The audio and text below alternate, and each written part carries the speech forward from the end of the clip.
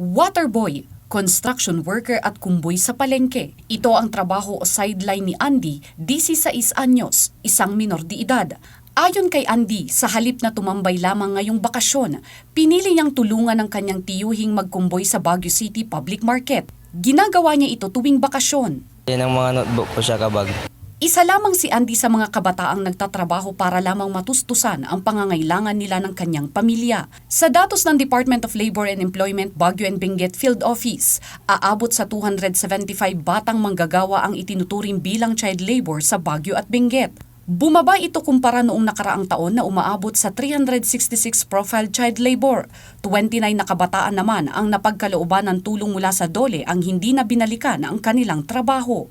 Maituturi na biktima ng child labor ang isang bata kung wala pa sa legal na edad na itinatakda ng batas ay nagtatrabaho na o kaya ang ginagawa nito ay mapanganib, lampas sa oras ng pagtatrabaho na nakakaabala sa kanyang pag-aaral o pagpasok sa trabaho katulad ng prostitusyon. Pinagsisikapan ng DOLE na hanapin ang mga batang manggagawa para mabigyan ng kaukulang tulong. Kaya natin talagang sinisikapan namin na hanapin itong mga bata. Kasi kapag talagang nakikita namin na nag-child labor ito dahil talaga sa kahirapan, then they are our priority beneficiaries. It's either dito sa mga emergency employment natin o kaya ipasok natin sila sa livelihood assistance, mga ganyan. O kung yung mga anak naman nila ay nag-aaral, then kung gusto nila, then they avail of the summer job. Bukod pa sa tulong na ipagkakaloob sa mga bata, nagkakaloob ang DOLE ng tulong sa mga kwalipikadong pamilya para hindi na pwersadong magtrabaho ang kanilang mga anak at tutukan na lamang ang kanilang pag-aaral.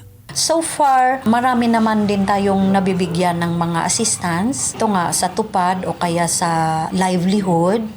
At ayun ang namin, parang bargaining agreement namin na okay, the government will give you assistance pero huwag mo nang patrabahuin yung anak mo beyond the number of hours or i-control mo yung pagbubuhat ng mga mabibigat, yung mga ganyan.